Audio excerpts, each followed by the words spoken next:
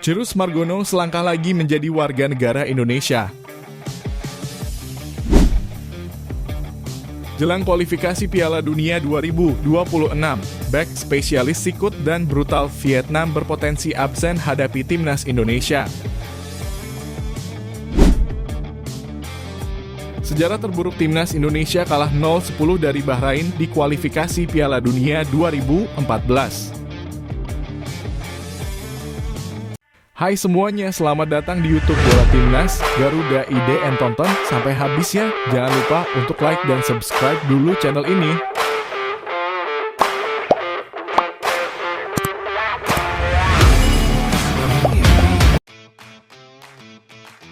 Kiper Panathinaikos B di Liga Yunani, Cirus Margono, selangkah lagi akan mendapatkan paspor Indonesia yang membuatnya berpeluang membela timnas Indonesia.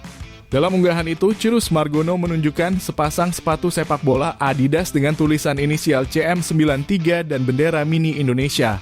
Cirus Margono mengabarkan bahwa Kementerian Sekretariat Negara RI tengah memproses perpindahan kewarganegaraannya menjadi warga negara Indonesia. Cirus Margono mengucapkan terima kasih kepada tenaga ahli Menpora Bidang Diaspora dan Kepemudaan Hamdan Hamadan yang telah membantunya untuk kembali memperoleh status WNI. Terima kasih banyak kepada Pak Hamdan Hamadan atas dukungannya setiap hari. Saya sangat menantikan saat saya bisa menerima identitas Indonesia saya lagi. Insya Allah, kata Cirus Margono. Cirus Margono lahir di New York, Amerika Serikat pada 9 November 2001. Ibunya, Sepedeh, berasal dari Iran. Sementara ayahnya, Johan, berdarah Indonesia. Beberapa waktu lalu, Hamdan Hamadan menjelaskan bahwa Cirus Margono pernah menjadi WNI, tapi tidak memiliki paspor Indonesia. Cirus Margono bergabung dengan Panathinaikos B, tim usia muda dari raksasa Liga Yunani, Panathinaikos. Panathinaikos B berkompetisi di Super League Greece 2 atau kompetisi kasta kedua Liga Yunani. Pada musim ini, Cirus Margono dan timnya menempati peringkat ke-9 dari 12 peserta grup selatan. Dari 24 pertandingan Panathinaikos B di Super League Greece, Cirus Margono baru bermain 8 kali. Penjaga gawang berusia 22 tahun itu kebobolan 12 kali dan hanya merangkum 1 clean sheet. Namun nama Cirus Margono tidak masuk radar PSSI dan pelatih timnas Indonesia, Shin Tae-yong, yang lebih memprioritaskan kiper Football Club Dallas di Liga Amerika Serikat, Maarten Paes. Timnas Indonesia tampaknya bisa sedikit bernapas lega menjelang pertandingan melawan timnas Vietnam pada lanjutan putaran kedua kualifikasi Piala Dunia 2026 zona Asia. Sebab salah satu bek timnas Vietnam yang terkenal brutal dan ahli sikut, Doan Van Hau, kemungkinan besar absen pada duel melawan timnas Indonesia karena masih mengalami cedera.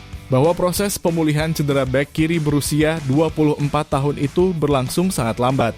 Dia tampaknya harus melewatkan laga melawan skuad Garuda pada 21 dan 26 Maret mendatang. Coach Troussier kemungkinan besar tidak akan menurunkan Doan Van Hau pada laga mendatang karena pemulihan cedera sang bek cukup lambat.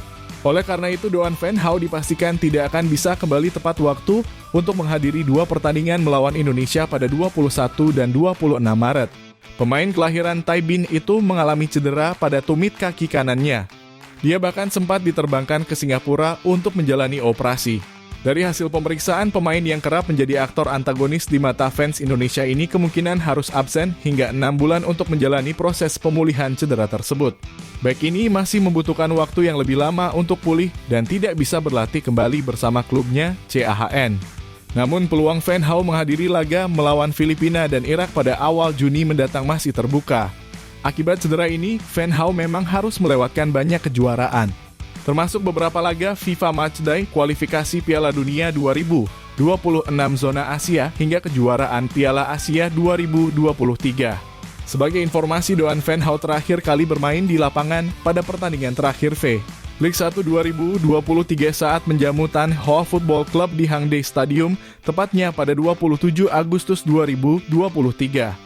Akibat kondisi tersebut, pelatih timnas Vietnam, Philippe Troussier, harus mencari pemain pengganti untuk mengisi posisi Van Hau di sektor bek kiri maupun wingback kiri ketika menghadapi Piala Asia 2023. Nama yang ketika itu menjadi pilihan ialah bek Binh Duong Football Club Pho Minh Trong.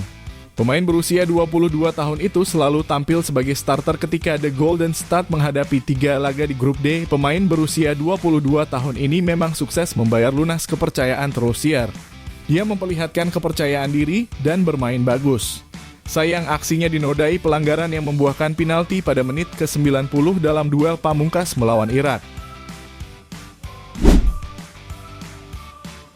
Tanggal 29 Februari menjadi momen langka karena hanya terjadi 4 tahun sekali, tepatnya pada tahun Kabisat.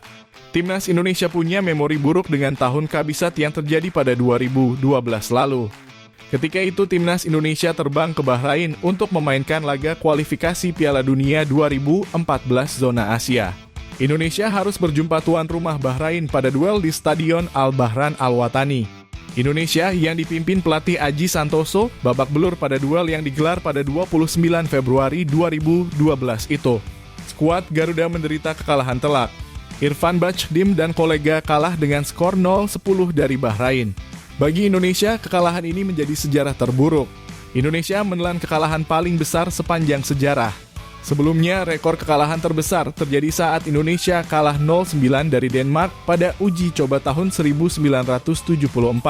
Ada banyak situasi buruk yang menyertai perjalanan Indonesia di kualifikasi Piala Dunia 2014 lawan Bahrain.